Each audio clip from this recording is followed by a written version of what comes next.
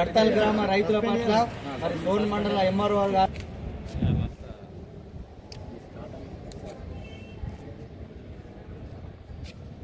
మండల తహసీల్దార్పై వెంటనే చర్యలు తీసుకోవాలి.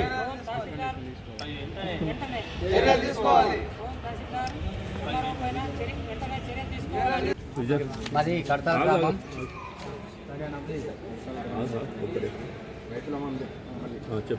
మాది కడతాల్ గ్రామం సోన్ మండలం అది రైతులము. మరి మాకు సోన్ మండలానికి భూ సమస్యల గురించి మా మండలానికి వెళ్తే ఎంఆర్ఓ గారు మా పట్ల దురుసుగా ప్రవర్తిస్తూ మీకేం పని ఉన్నాయా, ఒక్కళ్ళ ప్రాబ్లం ఉంటే ఒక్కళ్ళే రావాలా, ఎవరైనా నిరక్షరాస్యులు రైతులు ఉంటే వాళ్ళని తీసుకుపోయి సరికి ఈ నంబర్కి ప్రాబ్లం ఉన్నది ఇది చూడండి సరికి ఇది అంటే మీరెవరు అయ్యా, ఎందుకు వస్తున్నారు మీరు? ఆ రైతు వస్తాడుగా, రైతు చేసుకుంటాడని రైతు పట్ల మా పట్ల రైతులు దురుసుగా ప్రవర్తిస్తూ బయటకు నాడండి అని గెంటేసే ప్రయత్నం చేసిండు. మరి సార్ ఇలా అలా కాదండి సార్, సమస్యలు ఉన్నాయి వాళ్ళకి తెలియదు, కొంచెం చూడండి అంటే లేదు మీ చూడను చేయండి, మీ కడతలో వచ్చే ప్రసక్తిలో ఇక్కడికి రాకూడదు, మీ మీ మీ మీ పంట భూముల రెడ్ మార్క్ పెట్టేస్తాను, మరి ఇక్కడ వచ్చే అవసరం లేదని చెప్పేసి మమ్మల్ని హెచ్చరిస్తూ మమ్మల్ని అవమానపరుస్తూ రైతులను చాలా ఇబ్బందికి గురి చేసిండు.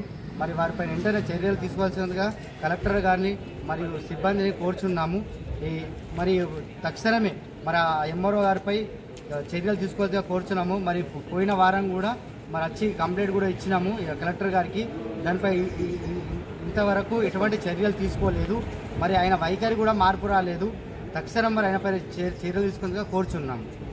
కడతాల్ గ్రామ రైతులమైన మేము గత ఈ ఎంఆర్ఓ గారు ఉన్నప్పటి నుంచి అక్కడ మాకు ఎటువంటి పనులు జరగట్లేదు.